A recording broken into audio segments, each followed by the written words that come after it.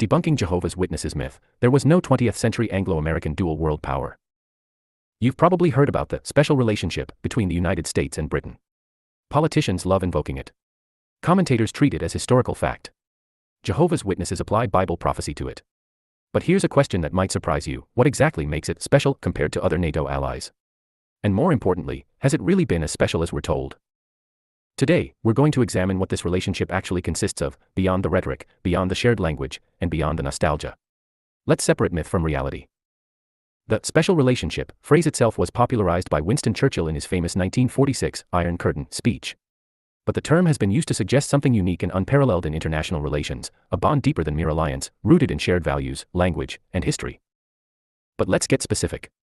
What actually makes the US-UK relationship special compared to, say, the US-Canadian relationship? Or US-French relations? Or American ties with Germany or Japan? If we're talking about formal mechanisms, intelligence sharing, military cooperation, or economic integration, the picture becomes much more complicated. And if we're looking at the entire 20th century since 1900, that special relationship looks even less special. Let's start with the early 1900s. Relations between the US and Britain were certainly improving after the Venezuelan crisis of 1895 and the Alaska boundary dispute settlement. But special? Hardly. When World War I broke out in 1914, the United States remained neutral for nearly 3 years. President Wilson won re-election in 1916 partly on the slogan, "He kept us out of war." American public opinion was deeply divided, with significant portions sympathetic to Germany due to the large German-American population. Britain's naval blockade actually created serious tensions, as it interfered with American trade and neutral shipping rights. The US didn't enter the war because of a special relationship with Britain, it entered because of German unrestricted submarine warfare and the Zimmermann telegram threatening American interests. And crucially, when America did enter in April 1917, it joined as an associated power, not as a formal ally, maintaining deliberate distance from the Entente powers. After the war, things got even less special. The US Senate rejected the Treaty of Versailles and membership in the League of Nations, a centerpiece of British post-war planning. Throughout the 1920s and 1930s, America pursued aggressive naval competition with Britain, resulting in treaties that explicitly limited British naval supremacy. The Washington Naval Treaty of 1922 forced Britain to accept parity with the United States, ending centuries of "Britannia rules the waves." Then came World War II.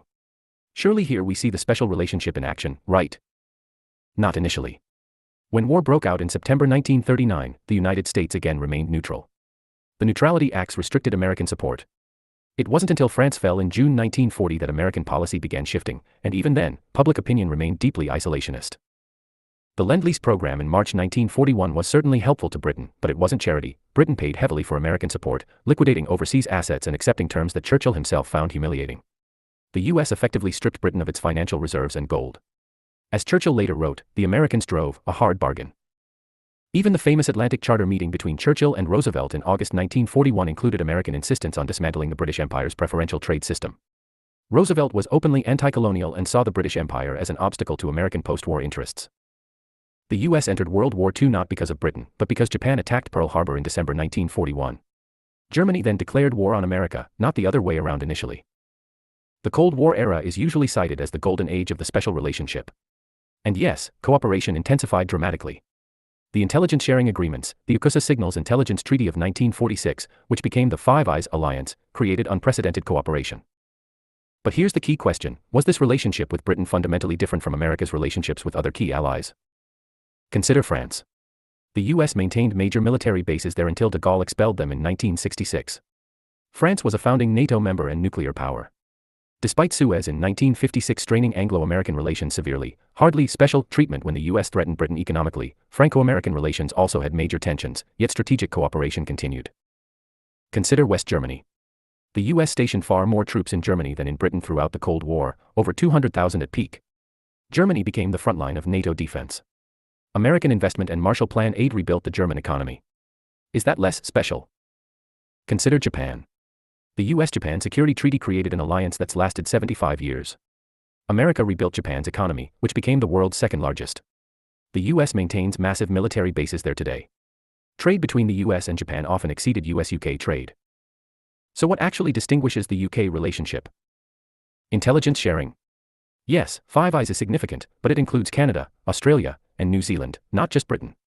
And the US has extensive intelligence relationships with many countries, including Israel, which some experts argue is even closer in certain domains. Military cooperation.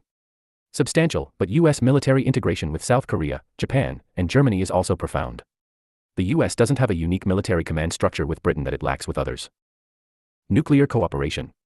The 1958 US-UK Mutual Defense Agreement did provide unique nuclear technology sharing, and Britain's Trident missiles are American-supplied.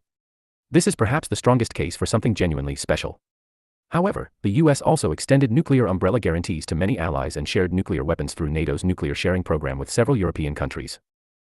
Economic integration. Here's where the special relationship myth really falls apart. Britain and America never created anything approaching the economic integration of the European Union: no common currency, no free movement of people, no unified regulatory framework. US-Canada trade is vastly larger than US-UK trade. The US-Mexico-Canada agreement creates deeper integration than anything with Britain. The Brexit vote in 2016 was partly sold on the promise of a special trade relationship with America. How did that work out? Years later, there's still no comprehensive US-UK free trade agreement. Meanwhile, the US prioritized trade relationships with larger markets. When Britain faced economic pressure from the EU during Brexit negotiations, did America ride to the rescue based on the special relationship? Not particularly. American policy remained focused on its own interests. Compare this to the Eurozone crisis, where the US Federal Reserve extended massive dollar swap lines to the European Central Bank, or US support for German reunification, or the depth of US-South Korean or US-Japanese security cooperation. So what's the verdict? Is there a US-UK special relationship? There's certainly a relationship, one based on shared language, cultural ties, historical connections, compatible legal systems, and overlapping strategic interests. Intelligence cooperation is genuinely close. During certain periods and under certain leaders, personal rapport has been strong. But is it fundamentally more special than America's relationships with Canada, Germany, Japan, or even Israel, each special in their own ways? The evidence suggests not. The special relationship functions more as diplomatic rhetoric than geopolitical reality. It's a useful fiction that flatters British self-perception in a post-imperial age and provides American politicians with an eloquent ally with a permanent UN Security Council seat. But if we're honest about the mechanisms of alliance, the depth of integration, the willingness to sacrifice national interest for the other, and the consistency of support through the 20th century, the Anglo-American relationship looks less like a unique historical partnership and more like one important alliance among several. The special relationship isn't a myth, exactly. But it's been greatly oversold. And recognizing that doesn't diminish either country, it just brings historical clarity to international relations. Also, this reality debunks Jehovah's Witnesses' interpretation of Bible prophecy about a dual Anglo-American world power. These prophecies are instead correctly applied only to the US. In addition, these prophecies are largely still unfulfilled. But with Donald Trump as US president, our time is very interesting from a biblical point of view. Don't you agree? I hope you enjoyed this information, and I hope this will help you understand Bible prophecy more easily. Thanks for watching, and see you next time.